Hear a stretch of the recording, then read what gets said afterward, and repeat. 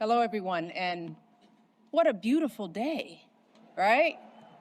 Nothing like a project by my husband to bring out the sun. Let me start by thanking Addison for that magnificent introduction and for exemplifying the heart, excellence, and determination that has blossomed right here on the South Side for a very long time. I also want to send some love to everyone who made this day a reality. The construction workers, landscapers, designers, the architects, artists, chefs, our staff, our board members, our donors. Barack and I simply cannot thank you enough for the care and brilliance you poured into every square inch of this campus. I also want to recognize all of the elected officials and distinguished leaders from around the city, the state, the country, and yes, the world. Thank you for being here to celebrate with us, especially to all of my fellow formers, to Joe and Jill, George and Laura, Bill and Hillary. Thank you from the bottom of my heart for your service to our country over so many years. And for your constant friendship and support of our family. We love you guys, truly. Oh, to our daughters, Malia and Sasha, who will always be my babies. Even though we're no longer playing hide and seek on the South Lawn with Bo or hosting sleepovers in the solarium. I see a lot of some sleepover girls here. You both have grown into such brilliant and beautiful young women, making your way out there in the world. Thank you for bringing so much joy and spirit and energy to a life you had no voice in choosing, and for making us proud every step of the way. Love you, babe.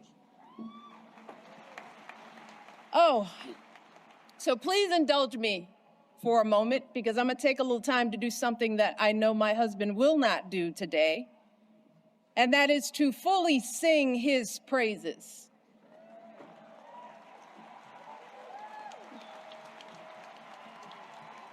Barack, you gotta look at me. You told me all those years ago that you couldn't promise me the world, but you could promise me an interesting life. And of course, you outdid yourself and managed to give me both. I know it hasn't always been easy, but there hasn't been a single second through this experience that standing by your side hasn't left me in awe. 8 years in the crucible, and not once did you melt from the heat. Not once did you let it harden you.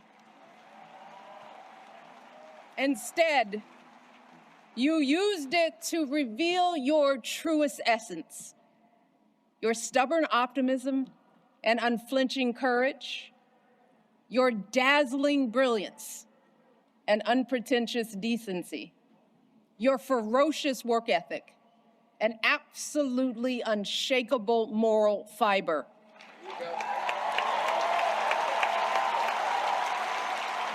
And to do it all as a first, and the higher standard that comes with all that, the claims that a U.S. senator and constitutional law expert wasn't qualified for the job, the lies about your birthright, your faith, your patriotism, the outrage when you stated the biological fact that if you'd had a son, that he too would be Black. Yet, you were unflappable at every turn, always focused, always calm, always looking at the long view. How absurd it is to even imagine that you might have buckled under the pressure even once, lashed out in frustration, lost your temper. How absurd it is to imagine that you might have done anything but make our family and this entire country proud.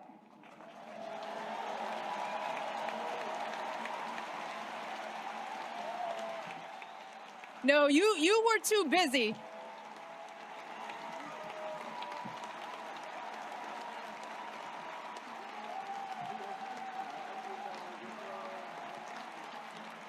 I'm not done, y'all. Not done. So much to say.